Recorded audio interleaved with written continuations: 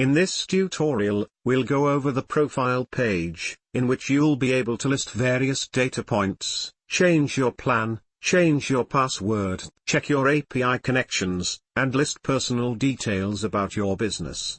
To start, click on Profile on the side menu highlighted on the screen, or click on the top right on your name, then select My Profile.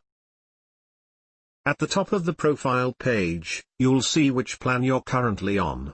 In this case, we'll be on the free plan. If you click on Show History, a box will appear and you'll see your account history. You can always upgrade your account to the unlimited plan by clicking on Upgrade Plan. While for many people it won't be necessary, your monthly contribution helps us pay for API costs to Google and the other directories, as well as supports future development. For those who have contributed, we thank you for your support. Continue to the next screen for an overview of the rest of the profile page.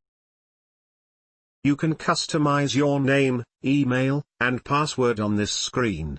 If you happen to forget your current password, you can simply log out by clicking on your name on the top right corner, and click Log Out. Click Forgot Password on the login screen to have your password reset. The phone number and website fields are optional, however we may at a later time utilize them for increased security purposes.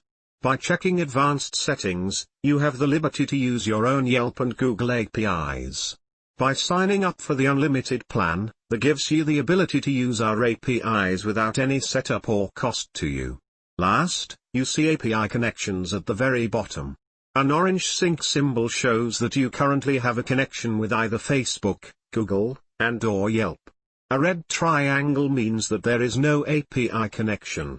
If you make any changes on this screen, don't forget to hit the green Save button at the bottom.